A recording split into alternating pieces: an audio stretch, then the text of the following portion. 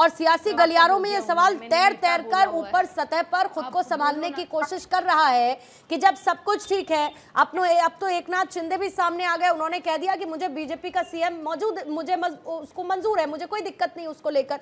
तो फिर आखिर महाराष्ट्र में औपचारिक ऐलान सीएम फेस का अभी तक क्यों नहीं हो पा रहा? इस देरी की वजह क्या नजर आती है सर? देखिए पूर्णिमा जी, इसमें देरी कहीं नहीं है।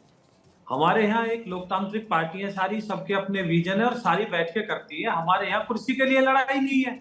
किस तरह से आपने देखा, सबसे पहले अजीत पवार जी आए, खुद त्याग किया उन्होंने। किस तरह से शिंदे साहब आए, बड़ा दिल दिखा के उन्होंने कहा कि मैं अपने आप को अलग करता हूं। तो यहाँ कहाँ लड़ाई है? आपने देखा होगा किस तरह से कान लगा के बैठे इंडी गठबंधन वाले बैठे हुए थे कि इनका तो सीटों का बंटवारा ही नहीं हुआ। हमारा सीटों का बंटवारा भी हुआ और हम जीत कर भी आ गए, इनको पता ही नहीं लगा। तो ये होता है आपस में तालमेल, इनकी तरह नहीं है। अभी आप सुनवा रहे थे किस तरह से संजय राउत जी बोल रहे थे, मुझे बड़ा हास्यास्पद लगा कि मैंने देखा और कितने वीडियो विजुअल सबके सामने, पूरे देश के सामने है कि उद्धव जी कैसे नतमस्तक होते हैं सोनिया गांधी जी के सामने, राहुल गांधी जी के सामने, जिनके लिए बाला साहब का जो बयान है वो सबको पता है, सबने देखा, सबने सुना है। तो ये पार्टियां जिस तरह की बातें कर रही हैं तो इनको करने दीजिए, क्योंकि जनता ने इनको बाहर का रास्ता दिखा दिया। हमारे यहाँ अभी जिस तरह से बातें आ रही है, सबने बोला है कि मोदी जी बैठेंगे, अमित शाह जी बैठेंगे, तीनों पार्टियों के, अजीत जी भी बैठेंगे, शिंदे साहब भी बैठेंगे, फडणवीस जी भी बैठेंगे, वहां का जो भी स्टेट के जो बड़े नेता है वो सारे बैठेंगे और फैसला कर लेंगे, क्योंकि हमें प्रदेश के हित में फैसला लेना है। एक बात बताइए विजय जी, आपको ये जो बम्पर जीत मिली महाराष्ट्र में, और जो सुनिए तो सही सर, बीजेपी को जो इतनी बहुमत वाली जीत मिली और एकदम आप बहुमत के करीब सर जा पहुंचे, अकेले दम पर आप जा पहुंचे।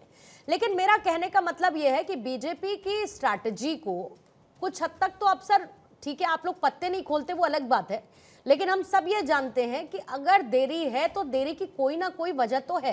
भले ही आप सब कुछ गुडी गुडी दिखाने की कोशिश करें कि भाई सब कुछ ठीक है, अजित पवार कहते हैं, एकनाथ शिंदे कहते हैं कि प्रधानमंत्री मोदी, अमित शाह का जो भी आखिर फैसला होगा वो सबको मान्य होगा, कोई दिक्कत नहीं है इसमें। लेकिन मैं कह रही हूं जब सब मने मनाए हैं उसके बावजूद इतनी देरी की वजह क्या है विजय जी? तो पूर्णिमा जी आज बैठ रहे हैं ना, आपकी बात सुन ली ना पार्टी ने, आज पार्टी जो है फैसला करेगी सबके साथ मिलकर। कहां देरी कर रहे हैं, आज बैठ रहे हैं ना। और दूसरी, मैं आपकी बात को थोड़ा सा आगे बढ़ा देता हूं। आपने कहा गुमनाम चेहरे, हमारे यहाँ गुमनाम चेहरा कोई नहीं होता, हमारे यहाँ सामान्य कार्यकर्ता होता है। अगर आप मध्य प्रदेश, राजस्थान का देना चाह रही है तो वो सामान्य कार्यकर्ता थे, हम सामान्य कार्यकर्ता को सामने लाते हैं, सबको मौका देते हैं। ये पार्टी ऐसी है जो अंतिम छोर पे बैठा हुआ व्यक्ति भी है सामान्य कार्यकर्ता। तो मतलब आप ये कह रहे हैं महाराष्ट्र में ऐसा हो सकता है, संभव है, देवेंद्र फडणवीस ना होके एक कोई ऐसा चेहरा, सामान्य कार्यकर्ता, सरप्राइज नाम के तौर पर, जिसका ऐलान आज की बैठक के बाद किया जा सकता है, संभावना है इसकी विजय जी? पूर्णिमा जी देखिए, इसमें तो मैं ना तो मैं अधिकृत हूं कहने के लिए, और ये तो पार्टी शीर्ष नेतृत्व बैठ के और अपने जितने भी हमारे सहयोगी हैं सबके साथ बैठ के प्रदेश की भलाई के लिए फैसला लेंगे, और जो फैसला लेंगे सबसे पहले आपको बताएंगे, आपको बधाई देंगे। आप लोगों ने भी काम किया है, मीडिया ने निष्पक्ष होकर जिस तरह से काम किया है, जनता ने हमें आशीर्वाद दिया है। तो जो भी होगा जनता के हित में होगा, महाराष्ट्र के हित में होगा और अच्छा फैसला होगा। ठीक है, राजेश कोटियान जी है कांग्रेस के प्रवक्ता। राजेश साहब, क्या समस्या, क्या तलाशने की कोशिश कर रहे हैं आप? समंदर से कौन सा अमृत मंथन करना चाहते हैं कि निकलकर कुछ ऐसा सामने आए जिसको लेकर आरोप प्रत्यारोप का फिर से सिलसिला शुरू हो? ये तय कर रहे हैं, सब कोई माने हुए हैं, किसी में कोई दिक्कत नहीं, लेकिन आपको इसमें कोई साजिश या फिर एकनाथ शिंदे के साथ कितना खराब हो रहा है, कैसे उनको साइडलाइन कर दिया जा रहा है, कोई प्रेशर पॉलिटिक्स हो रही है, उनके पास कोई ऑप्शन नहीं यहाँ कहने के अलावा, ये सब कांग्रेस कहाँ से ढूंढ के ला रही है कोटियान साहब? ये तो सही बात है ना, आज एकनाथ शिंदे को उन्होंने यूज कर लिया, उनकी मकसद खत्म हो गई। सेम अपने अभी नीतीश कुमार जी के बाद भी होने वाला है। अगर बीजेपी का आंकड़ा मेजोरिटी के पास होगा, उनका ना कभी नियति होता है, कहा नहीं होता। ईवीएम के अलावा अगर कोई एक रीजन होता जिसके लिए अगर आज उनको ये मिला है, तो वो शिंदे जी एक फेस थे, उन्होंने काफी सोच किया था, उनका काम हो गया, उनको उठाया और फेंक दिया। उनका हड्डी उठा दी और फेंक दी, और कुछ नहीं। अभी बेचारे शिंदे जी हमारे उनके प्रवक्ता है पूरे इधर, क्या करेंगे पता नहीं, पर अगर आप किसी एक क्रॉस सेक्शन में मुंबई से पूछो, इन तीनों पार्टियों में से अगर किसी ने काम किया था, शिंदे जी। मैं अपने खुद हाईकमांड को बोल रहा था कि सब 1,500 कम है, 3,000 करो, ये लाड़की बहना का एक ये हो रहा है। और बीजेपी की तो यही है, आज पार्लियामेंट हमको रोकने के लिए ये करते हैं। याद है मुझे स्पेक्ट्रम के साथ 1.5 महीना रुकवाया था, तभी देश का ये नहीं खराब हो रहा था। तब उनपे आती है, हम पे करप्शन का आरोप होता है, और पीएम के एक बाजू में अजित पवार होता है, दूसरे बाजू में ये तो रखा, और सर की आवाज मुझे ध्यान देंगे करप्शन के बारे में। ये तो जैसे हमारे पाटोले जी ने बोला है और इन्होंने बोला है कि पूरा ईवीएम का चक्कर है, और कुछ बेचारे हमारे शिंदे जी का परफॉर्मेंस था, आज बेचारे उनको दर्शनार 3 दिन उन्होंने लड़े, सैटरडे को रिजल्ट आया, बेचारे मंडे ट्यूजडे वेडनेसडे तक लड़े, उनके कार्यकर्ता सुबह से शाम तक पूजा कर रहे थे। उनको जब मालूम पड़ा कि बीजेपी फडणवीस तक तो नहीं पर अपना देंगे, वहां से उन्होंने अजित पवार से प्रेशर लगा दिया कि नहीं हम बीजेपी को सपोर्ट करेंगे, और शिंदे जी के पास कोई ऑप्शन नहीं था बेचारा।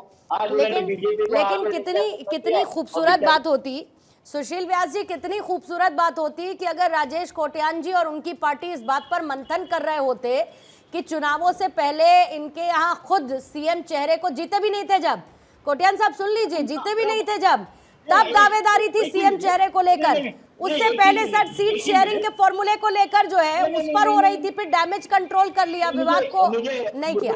हाँ, एक मिनट खाली बोलने का जी बोलिए। क्योंकि आपने वो चलाया था पाटोले जी का और इनका, वो आपस में काफी लग रहे थे, लेकिन हमने एक ही बोला था उनको, आप आपका ये होने दो और हम हमारा चेहरा तुरंत बता देंगे। इन्होंने तभी हमको रिप्लाई दिया था कि रिजल्ट आने दो, हम आपको 1 घंटे में कर देंगे। आज 6 दिन पूरी इंडिया रुकी हुई है, और इनका तो कोई मंथन नहीं है, उधर कोई डील हो रहा होगा अदानी जी का, और इससे लोगों का लेट, और क्या। ठीक है, जहाँ तक मेरा न्यूज है, फडणवीस जी जा रहे बीजेपी का प्रेसिडेंट बनने, वो नहीं बनने। बीजेपी का 5 सेकंड का मैं जवाब दूंगा इनका, दे दीजिए विजय जी, दे दीजिए। देखिए राजेश जी, मैं आपको साधुवाद देता हूं कि आज आपने स्वीकार कर लिया कि हमारे जो शिंदे जी थे वो लोकप्रिय मुख्यमंत्री थे, उन्होंने जनता के लिए काम किया। आप खुद टीवी चैनल पर बैठ के मान रहे हैं, तो ये ईवीएम पे दोष देना बंद कर दीजिए। तो इसका मतलब हमने जनता के लिए काम किया है। राजेश जी सुन लीजिए, देखिए मैंने आपको सुना, आप विषयांतर कर रहे थे। आज जो डिबेट थी वो कुछ और थी, आप विषयांतर कर रहे हो, और मैं आपको साधुवाद देता हूं कि आपने मान लिया कि वो लोकप्रिय थे, उन्होंने जनता के लिए काम किया, महायुति अच्छा काम कर रही थी और देश की भलाई, प्रदेश की भलाई के लिए काम कर रही थी। इसका मतलब ये नहीं है, बिल्कुल ठीक, अच्छी बात है।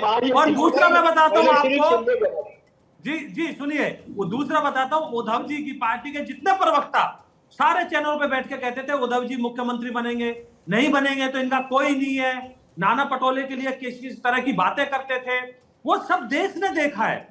ऐसी बातें करने का कोई फायदा नहीं। ठीक है, लेकिन फिर विजय जी अगर ऐसी बात थी तो फिर तो भावी मुख्यमंत्री के पोस्टर आपकी पार्टी के लोगों को लेकर भी लगे हैं, मतलब आपकी महायुति के साथियों को लेकर भी लगे भावी मुख्यमंत्री के नाम की, और उसमें भी ऐसे बहुत सारे लोग थे। फिर ऐसे तो हरियाणा आप चले जाएंगे तो अनिल विज साहब वो भी कह रहे थे भाई मैं मुख्यमंत्री बनना चाहता हूँ, तो इच्छाएं हैं, सार्वजनिक होने लगती है, इच्छाएं रखना और ये नहीं, लेकिन फिर इनकी भी इच्छाएं सार्वजनिक हो रही थी, तो गलत है आपके लोगों की इच्छाएं सार्वजनिक हो रही है, ऐसे नहीं होता। ठीक।